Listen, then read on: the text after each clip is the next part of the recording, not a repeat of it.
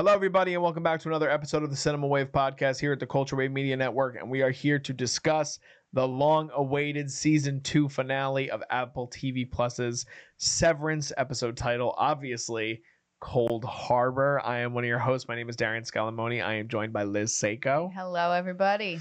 Unfortunately, Michael is not here for the finale, which, Michael, if you're watching, we love you, miss you.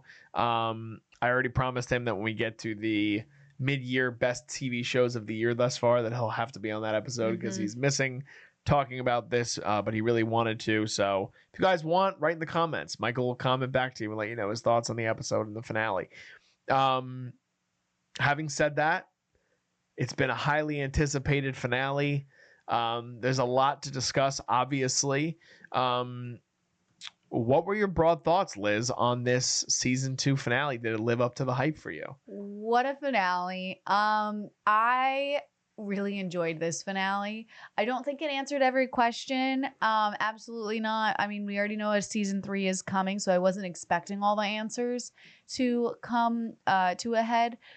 But I think that they just made this finale really fun and like quirky, just like Severance is, and was throwing new curveballs at us that we necessarily didn't expect, which I like because, I don't know, after this season, like, I think we kind of knew there were certain aspects that were going to happen, but then there were some scenes that I totally was just like thrown off by that I didn't realize. Yeah, I mean, I thought it was a great season finale. I agree. This, I don't know if it was my favorite episode of the season.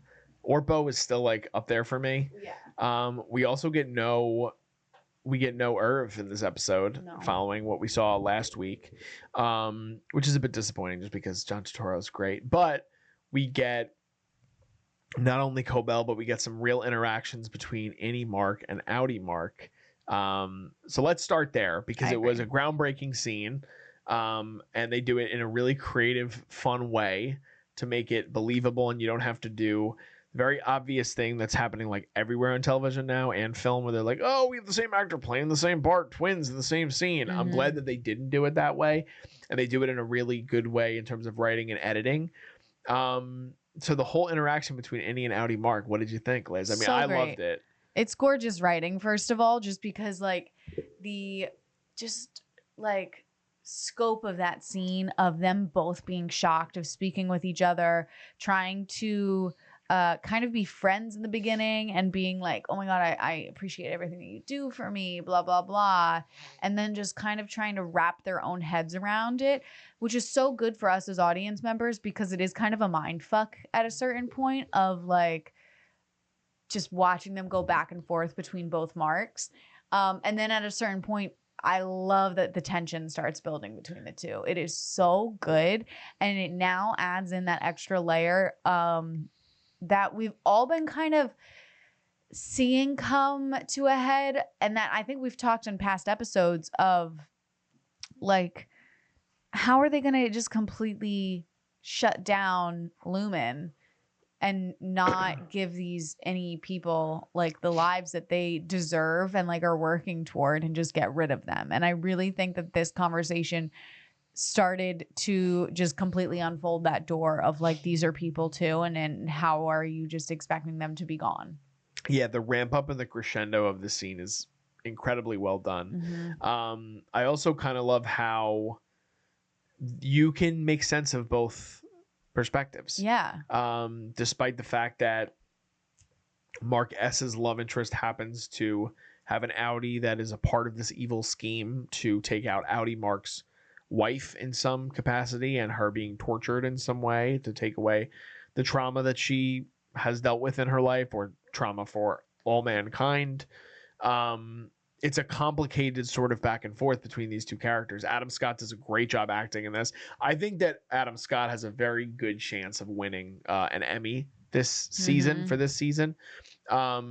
But this scene is one of the better ones. And I talked to Michael last week, which you weren't on last week's episode, about how much I love this scene. It might have been my favorite scene of the whole season, his conversation with Milchick, and just the way that he handled it, and the way that there was still that kind of respect between the two of them. And even in this episode, like, you don't see him do something directly to Milchick.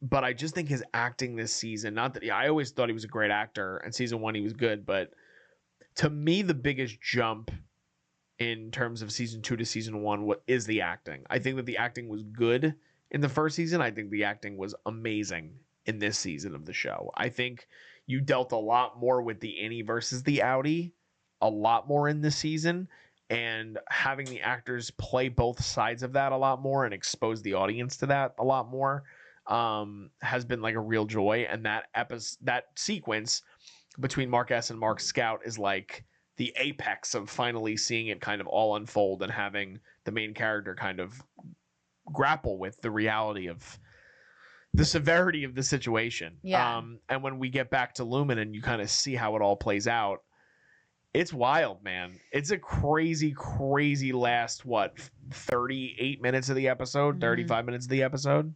Well, yeah, because it was also, what was it, 76 minutes. Which I just have to say, I think is so funny because I saw something on Instagram where it was like the Severance team asking Apple for a 76-minute episode just so they can have a 10-minute band breakout dance sequence from Milchick. And I was like, 100%. They were like, we need to have this full dance break just to give the audience. It was a great scene. It's so good. It just is like kind of a flashback to the first season too. Because honestly, they didn't really have a lot of fun in this season too.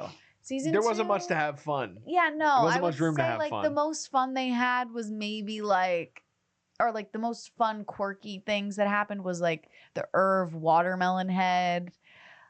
Like earlier on in the season, the new team, even the Orpo episode, they have moments where, I mean, it obviously has a crazy ending, but they play a lot more in that this season, where season 1 you're kind of learning the lay of the land with Lumen and what that all means. Season 1, it was a little bit more funny or like quirky or just weird because of like the awards that they'd get and like the dance parties. And so I just really loved this homage to Milchick trying to be like, we are having an office like extravaganza. Yeah. It's just so good. It was brilliant. And I think really good timing before we started to unfold into like just the unraveling of the finale. Yeah. Fully. Even just that whole sequence, I think, is that initial, like that dance party that's so memed online and it's like so heavily used in marketing campaigns for other companies and social media and things like that. Like it's ramped up to 20.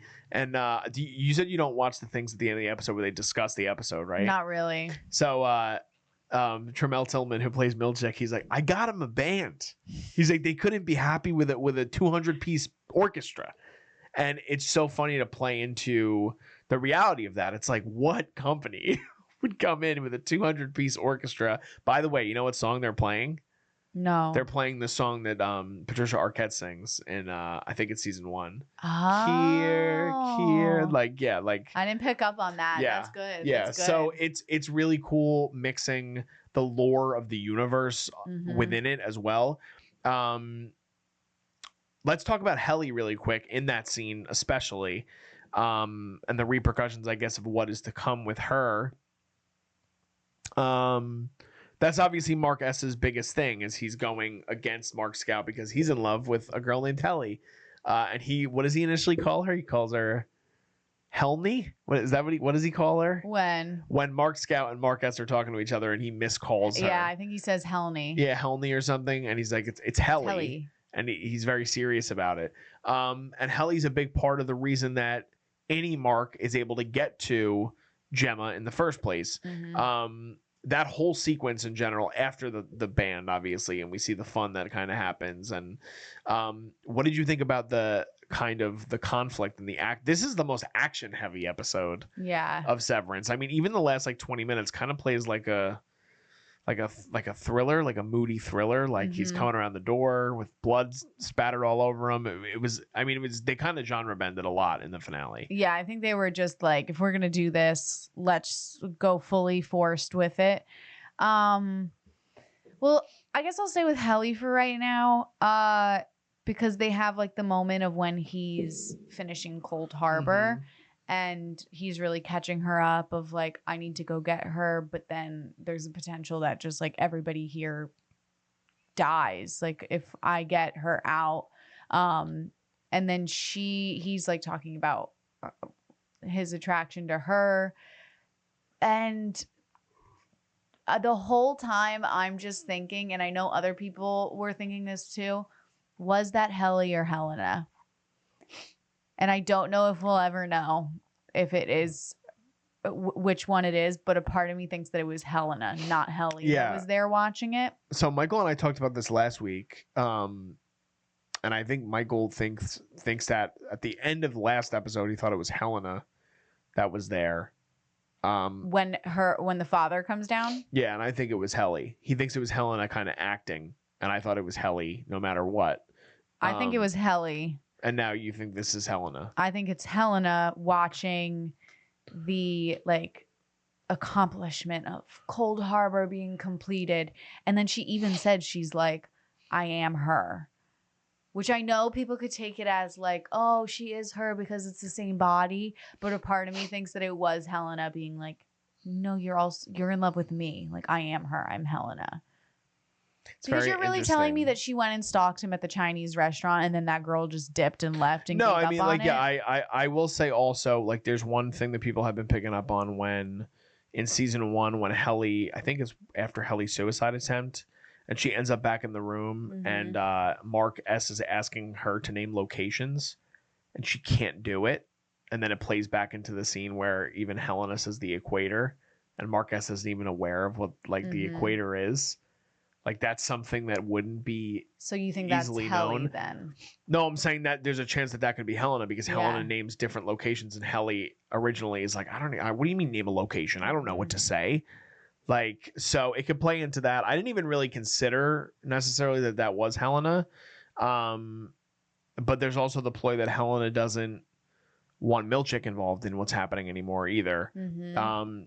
She obviously loses people along the way, though, in this. I don't think she maybe thought that was going to happen, or maybe she wanted Drummond gone, because we obviously see Drummond go.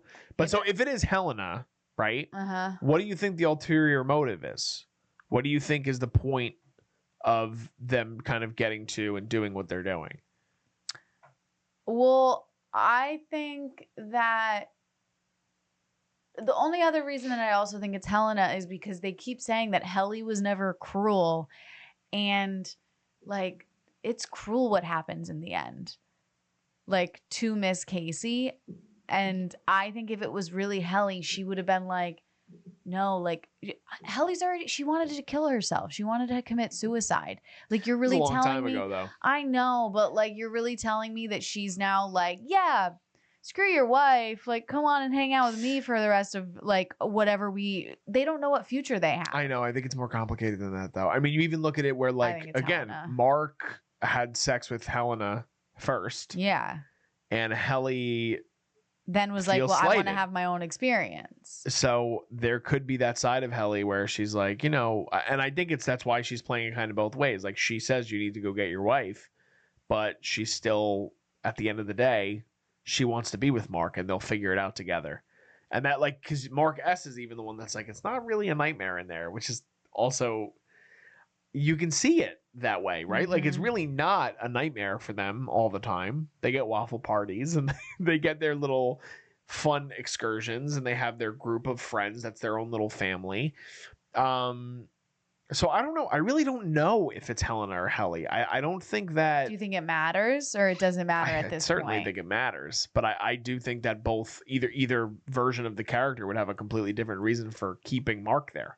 Well, what's your reasoning? I mean, I think that in the same vein, though, it's the same reason, because they both love him and care for him, and so they don't want him to go. But the only reason is, I still think that Helly, at the end of the day,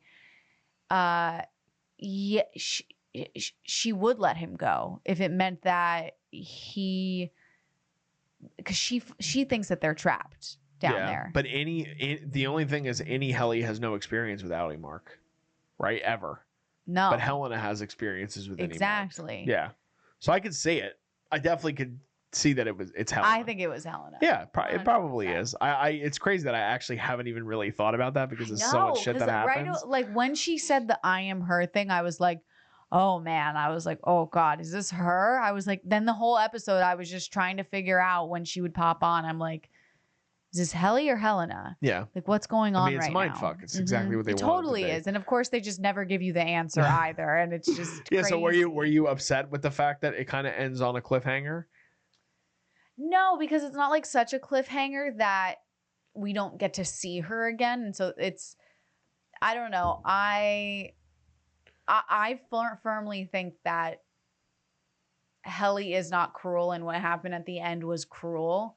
So that solidifies for me that it was Helena. And do you think so? Here's another thing that's being debated everywhere. Which Marc was right? Was Audi Marc right, or was any Marc right?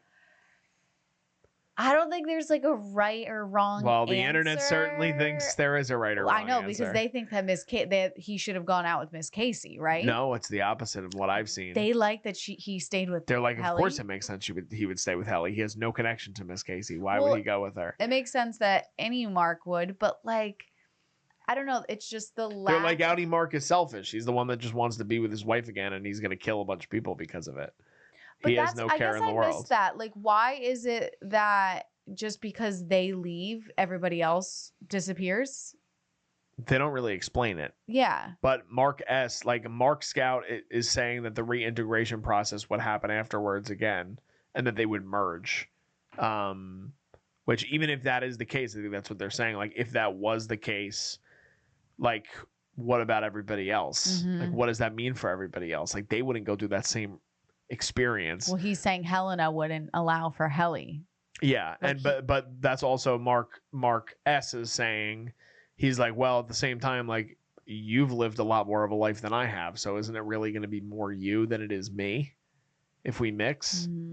So it's a complicated narrative, obviously. It's a complicated kind of way to navigate. I'm not on the side of the internet. I think Audi Marc deserves to be with his wife. I mean, he thought he was told that she was killed when she was abducted, or she decided to do this on her own. But the fact that he's been lied to for 2 years is problematic, and he has a way to save his wife. And by any means necessary, you got to do what you got to do. And this, regardless, Helena, like, Helena is an Eagan, and she's a part of this team of people that want to be a part of this process that would have killed Audi Marc's wife. So I disagree with the internet. I don't know where you stand on it. I don't know if I necessarily have. I mean, it was just a crazy ending of them running and skipping back down the hallway together. So messed up in so many ways. So many jokes too on the internet. It was really funny. But I just think, like, thinking if this wasn't the finale, if we were getting another episode right away, any Marc isn't going to stay there the whole time. He has to leave at a certain point, and then it's on Audi Marc's decision. Who says he has to leave? He can't just stay down there for forever. It's the life he would want. He just murdered somebody. You're not wrong. He murdered somebody. They are going to trap him, and he needs to get out of there, and the only way to get out of there is to let Audi Marc take control. I don't know how they're going to do it, but I don't think he has any intention of leaving. You think that he's just going to live down there in the seventh floor? I think that's what forever. He thinks. I think he thinks he'll figure it out. He just killed the head person. I don't disagree with you. Don't disagree with you. And where are they running? Where are they skipping off? To be honest with you, though, again, any Marc doesn't know that. Doesn't know that he killed somebody. Remember, any Marc is holding the nail gun to Drummond's neck. Yeah, it's actually it's not played for comedy, but it's kind of funny. Yeah, where he's holding the nail gun to his neck, and he goes, "In a minute, I'm gonna be my Audi, and you're gonna." And then he jolts. Yeah. And as soon as they get to the lowest floor, he shoots him right in the neck with the nail. And he's freaking out. Audi Marc is freaking out because he's like, "Oh my God, what's happening?" Yeah, but he's covered in blood. You don't think that he's like, "Oh my God, something bad happened. I'm covered in blood." Well, I'm sure maybe he'll speculate, but there's no confirmation or real thought process, in my opinion, to think that any Marc knows necessarily what happened. He could just be bloody. I'm just saying, he has no recollection, I guess, of killing Drummond. He has no recollection of it. I guess. The last thing he has a memory of is that he got the shit kicked out of him. Yeah. And then he was helped by the wonderful Gwendoline Christie, who is great in this episode. We've got to talk about it too. But I mean, I don't know. This show is just so like calculated and like mind bending, and there's also so many different layers of like being severed once you go here, then going back to Audi versus to Innie. So there's so many different layers to it, and it's hard to keep track of almost everything at a certain point. It's a heady show. It's a very heady show, which I actually think it's kind of I've seen some people like this season tipped them off a little bit from it because it started to get almost too sci-fi and too hard to follow, that they were like, I don't know if I can keep up with this if it continues this way. I personally think that this show is going to be so good in like 5 years when somebody has never watched it and they just want to binge it through, because I feel like a lot of people are watching the show though. This is like the biggest show. I know. No, everybody's watching it right episode to episode. I find that this show though is going to be incredible to watch just as a full binge show, because it is hard to keep track of week from week and then waiting 2-3 years between seasons to remember every little nuance and detail. It's one of the harder shows. I want to rewatch it and rewatch season 1 because though I did really enjoy this season like very much, and we're not even close to doing scores, but like I enjoyed season 1 more, I think, because of it welcomed me into this world that previously did not exist. And I had some structural issues just with some of the way they did some of the episodes. I know some of the bottle episodes, but I just didn't love it. Not even that I didn't love the content, it was just the way that it was structured. It didn't entirely make sense to me, with the exception of like, because they had to end up here, they did this, which I don't necessarily always like that in television. It's like, you have to give me a reason on why you're doing what you're doing. So do you think writing wise they knew where they wanted to end up and then they wrote kind of with this season? Yes. Well, I do think it's interesting. I was saying right before we started recording, because you asked me, you're like, you think we're gonna have to wait 3 years between seasons again? And I'm like, well, they just started writing like 2-3 months ago. So I don't know how long it's gonna take Dan Erickson. I do think that there's a lot more detail in this season because again, we're diving into backstories of characters. We're diving into the two sides of each character. I had previously said that they renewed this show for 2 more seasons. That was a mistake. They did not do that. They just renewed it as soon as the finale aired for season 3. And I don't know how much further they can go beyond to season 3, to be honest with you. So I would be very surprised if they did more than a 3rd season. Ben Stiller also and Dan Erickson also had said they're like hoping it doesn't take 3 years again. I think they're going to intend to try to shoot maybe within a year and a half of now. So let's think about it for a second. It's March. A year would take us to March of 26. Another 6 months would take us to September of 26. I mean, we're probably going to maybe get the show in, I don't know, maybe October of 27. So that would be a little bit less than 3 years, potentially. I think that's what they're going to aim for. But anyway, I'm thinking too far down the road. Ahead. Let's go back to what you were talking about. The scene with the goat. The sacrificial goat, which I've also been saying since week 1 that the goats had some sort of sacrificial element to them. I know, but we don't even get like the answer. It's so fresh of like, why are they sacrificing? I think it's a ceremonial thing, strictly. I think it's a cultish ceremonial thing because I don't think there is a real belief that because the goat dies, the soul of the goat goes into Miss Casey or whatever it could have been alluding to. And I think that's a big part of the reason why Gwendoline Christie's character says like how many more do need to go, because I wonder how long she's been there. I wonder how many cold harbors have happened previously. There's a lot to kind of unpack with it, but we don't get any answers necessarily with it. Drummond looks very meticulous and he knows the way this goes. He has his own sequence and how to take the nail gun out, and they got the little switch for the nail. So but the fight sequence between first him and Marc S and then Gwendoline Christie's character getting involved, it was just great. It was really well done. Again, the cinematography in this show is awesome. And it's just great. Like I love that they're able to do, like, it's one of those shows where they can do whatever they want whenever they want because of this world that they've created. Yeah, I also love that they brought her character back in, because I was starting to think, I was like, they can't just have her be in one random episode and then like not circle back to it and then have no answer about the goats. So I'm really glad that they did bring her back into it. And she's just so interesting to have on screen. Yeah, she's also just like fucking massive. Like she's such a massive woman. Like I think she's like, I mean, I don't even know how tall she I is. don't know She's how got to tall be she like is. 6'6", 6'7". Like she's huge in comparison to Drummond. Yeah, And you can see it. She's like tall. throwing him against the wall, like massive. She's great. I mean, she was like, her as Brienne of Tarth is like such an unbelievable character. It's iconic. She's like so underrated, and I feel like she needs to be utilized in more things. Mm-hmm. And though she was used sparingly in this, Mammalian's nurturable is something I'm gonna now say to all my friends just randomly. Just be like, Mammalian's nurturable.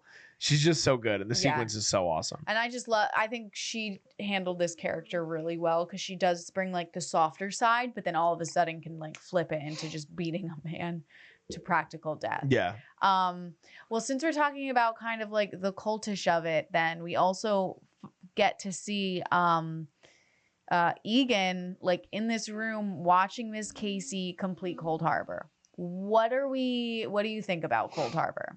What did you think about it? Did you like that it was her taking apart? I love that it was her taking apart the bassinet, the crib. And that was it was the hardest thing that she ever had to endure. It completely poked back into the reality of the hardest part of Gemma's life. Mm-hmm.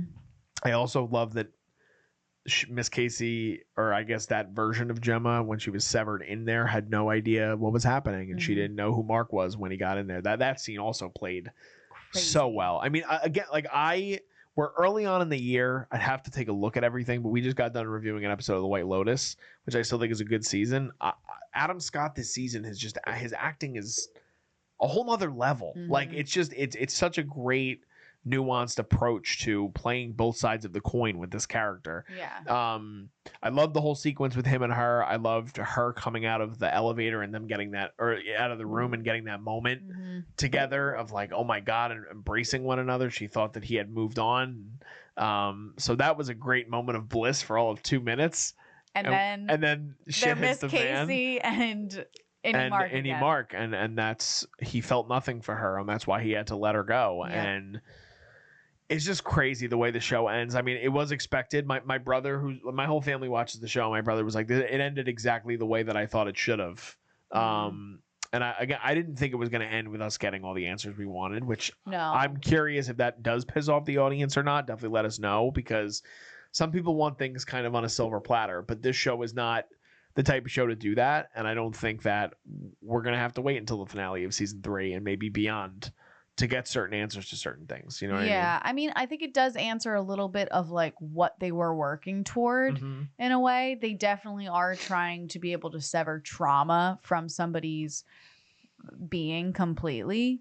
I guess it's just more of like, we just don't know why they're doing any of this. Yeah. No idea. We might never know. I don't know if we ever will. I think a part of this is just kind of world building, and it's just not fully sci-fi, but borderline sci-fi of like, this is the world, it's Lumen, they're crazy and they're doing weird testing, and like that's all that you get, and you aren't going to get an exact answer of why it all started and where it's going all the time. Well, it's a good example of trust between the audience and the creators of the show too, and the audience just kind of being able to go for the ride, and the creators allowing. Like, I mean, we talk all the time about like the theory community when it comes to Severance is like the biggest it's been in forever. And it's a lot. There's a lot of deep diving. There's a lot of rewatching. There's a lot of elements that kind of people see here and there. We get a lot of comments, so we're appreciative for it, because some of the things we don't pick up on. Yeah, I mean, it's hard some people do. 2 characters we haven't dug too deep in, but still play a role in this episode. Dylan, who gets his letter back from Audi Dylan. First of all, fuck you. And Audi Dylan is obviously pissed that Innie Dylan proposed to Audi Dylan's wife, who is his wife, Gretchen.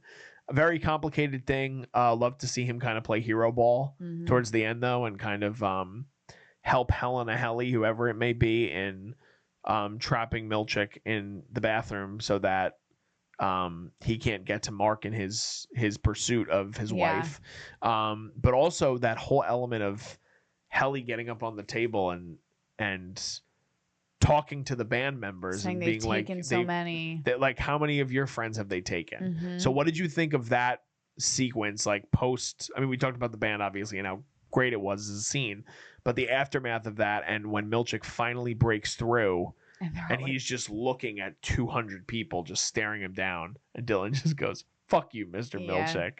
I mean, I loved it. I think it was a really great sequence. There was a part of me that was still holding out that Milchick would realize, like, why am I fighting so hard right now for this company? A part of me wanted to see that change of him where he joined the side of the innies to like fight Lumen, but he's just Milchick. I feel like we still have so many more answers to get from like next season. I think he was left a little unopened for my taste. We're getting Milchick as an employee next year, is my theory. What do you mean employee? Like as a member of the severed floor for the new season. Like fully? Wow, really? Yeah, I think so. And I think it's going to be not necessarily by his doing. Well, but it's a choice at the end of the day. Part of me thinks that it is going to be him believing that he failed the system, and he cares so much about the company or what it may mean or unlocking these feelings and trying to fulfill himself, that he may be one of the people that, because at the same time, unless we're doing different testing next season, I think that we're going to be going down the path in which we're going to go through basically Cold Harbor all over again, but it's going to be with Helly. And with Helly, what do you mean? I think that like Helena? Yeah, I think, well, Helly. I think at the end of the day, I think that, or again, maybe it is Helena, but it's James, her father, is realizing that so much of this is of the fault of her, and is because of what she's done, how she's reacted to a relationship with Marc, the fact that she may be pregnant, which Michael and I speculated last week. Never came up. Like, why did we have the baby in the opening sequence so much? We had so many babies and nothing. Well, again, it could play into the fact that obviously Gemma lost a baby, and now it could lead to the fact that Helena's having a baby, and they could be going through the same thing with Cold Harbor next season. And I think that's why the Irv thing is so weird, that we get kind of no closure. I think Irv's done. I don't think he comes back next season. You think he's dead? No, I don't think he's dead. I think you just think his story's done. His story's ran. Michael would be so mad. Michael, if you're watching. I just think at a certain point, there's so many different storylines going on, and if they want to keep this as prestigious and well written, when a storyline runs out, a storyline runs out. As much as we love that character, I don't see him coming back to Lumen. Yeah, I mean, I don't necessarily know where they could go with him either, but unless he starts teaming up with like. Unless the next season really is just all these people on the outside of Lumen teaming up to somehow take them down. Because at this point, it would be Gemma, Irving, Cobell, Devin, Marc on the outie Marc. If he gets out. I don't think we're getting outie Marc. And so then maybe if he's trapped inside, then it's all of them trying to get him out. Yeah, and I think that a big thing is going to be maybe that any Marc is going to have to be. Part of me thinks Marc gets stuck down in Cold Harbor. That's a possibility too. I mean, I could see that happening too. Because if they're going to have him trapped down there, they got to put him. The part of the reason I think it's not going to be that is because I think that that's the obvious thing that people are thinking when they're like, oh, well, it was Gemma, so now Gemma's going to try to go and get Marc, and it's like, I think it's going to be more complicated than that, and I think it might lead to a fact that a choice might have to be made from Milchick, where he's going to be saving somebody that was the biggest cause of his distress and the reason he's in the position he's in, which he may realize.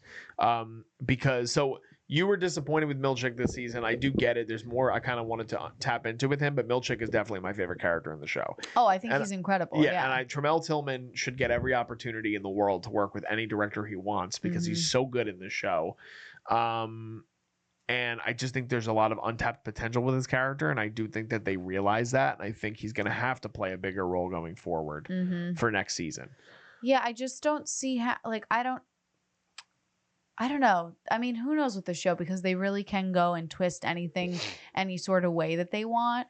I just don't know how they'd bring like Irv back into it. I think it's fair. I think it's hard to kind of speculate where he's going to go with that. Yeah, I think Milchick definitely is going to take on a whole new thing. I mean, we still don't know anything with Natalie. We still don't know anything with I mean, it also is now starting to just take on this more thing about not necessarily going against Lumen fully, but trying to figure out who deserves the choice of like keeping the innie alive. Is it the Audi or is it both of them?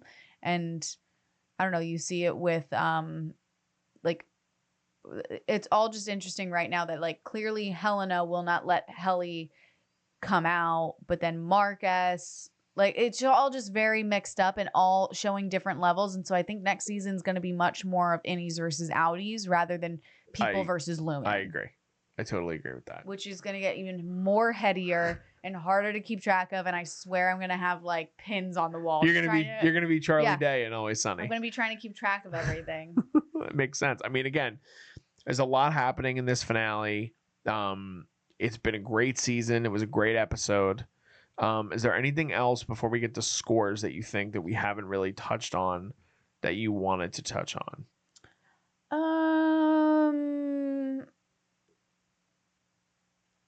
I don't think so.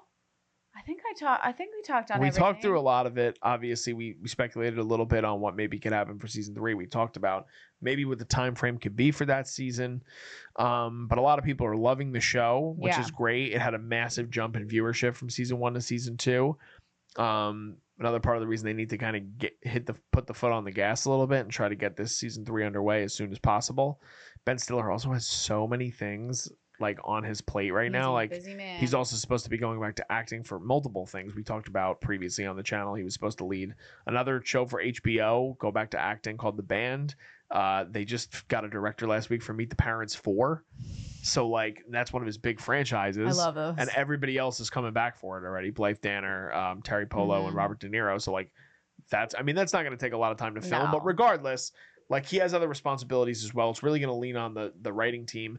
And like all these cast of characters that are now going to get so much work. Like John, again, I would love to see more of Verve. I think we both would, just to kind of see where we go. But it's John Turturro. He can do whatever he wants. Literally. Christopher Walken can do whatever he wants. That story can kind of be cut and dry. Patricia Arquette, they can get whatever they want. She's an executive producer. Everybody else, for the most part, became kind of bigger names and recognition because of this show. I mean, people know Adam Scott from Step Brothers and things like that. Obviously, in the comedy world, this has kind of opened him up to more dramas. And he's already been cast in like 3 things since the show has started airing. Yeah. Britt Lauer is obviously probably going to get a big jump. Tramell Tillman, as we talked about, Zach Cherry plays Dylan.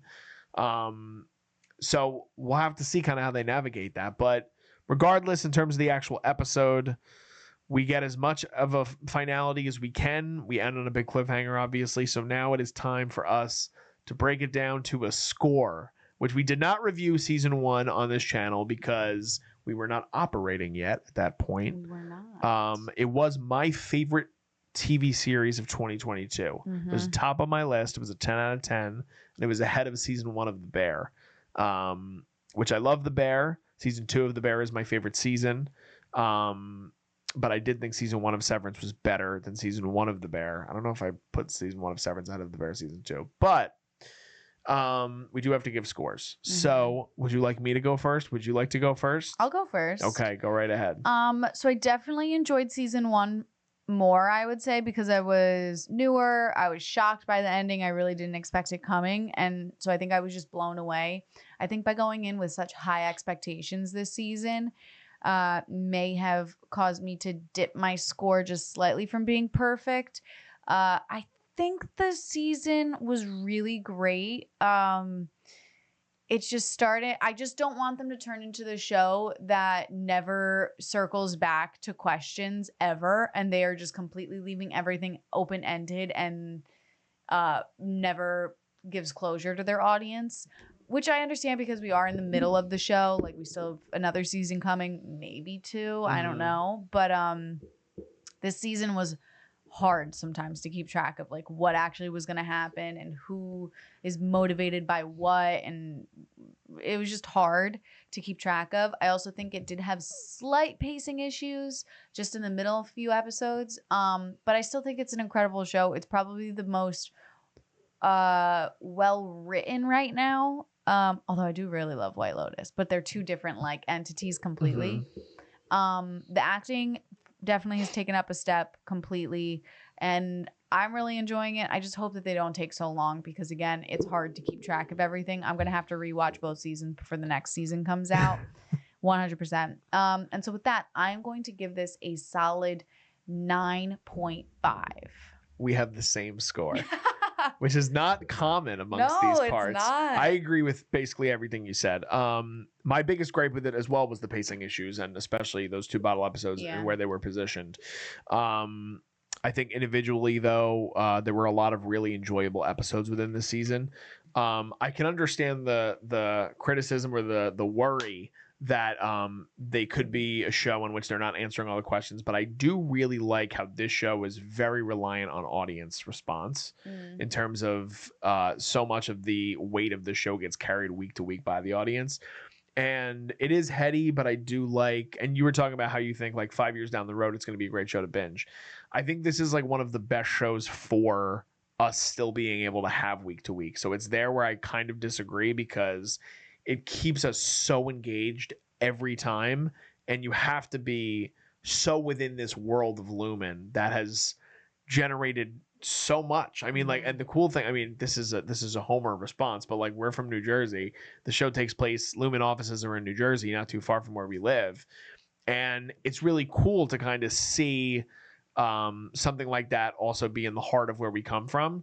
Like you said, though, the acting to me is up a huge tick. Dan Erickson, this is the fact that this is the first thing this guy has ever written is mind-boggling to me, and I can't wait to see. Like, I'm always excited still because to following these people on their journeys and things like that, but like, I can't wait to see what this guy does next. Like, when he's done with this, like, what is going to happen next? And he joked, he's like, I hope I'm done writing. Like, hope I'm done with the show by the time I'm 70. And it's like, that, like, I think he's older than we are, but he's a younger guy. And it's like, there's so much room for this guy to grow. And he's already such a great writer. Ben Stiller's such a visionary producer and director that I love. And so, yeah, I'm also going to give this a 9.5.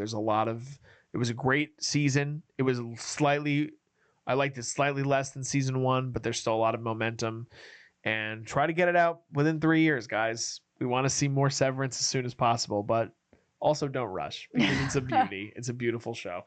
So that has been our review, discussion, and breakdown of Severance's season 2 finale titled Cold Harbor. Let us know your thoughts in the comments. What did you guys think of the finale?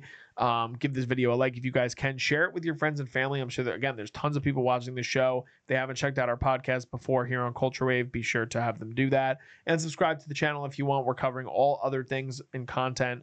Liz and I just talked about. We're covering The White Lotus currently, season 3. We're covering Daredevil Born Again right now. Myself and Vinny are covering on Disney Plus. We have movie reviews up right now of Black Bag and The Electric State. More are upcoming as well, so keep an eye out for those. And you guys can follow us on all our social media if you don't already. All that stuff is below me in the video. It's also in our YouTube description. We're on TikTok, Facebook, Threads, Instagram, tons of places where you guys can find content where we don't just post our podcast. We post other things on there as well. So check that out if you guys can. Just signing off. I'm Darian Scalamoni. I'm Liz Seiko. And we'll see you guys next time. This is The Culture.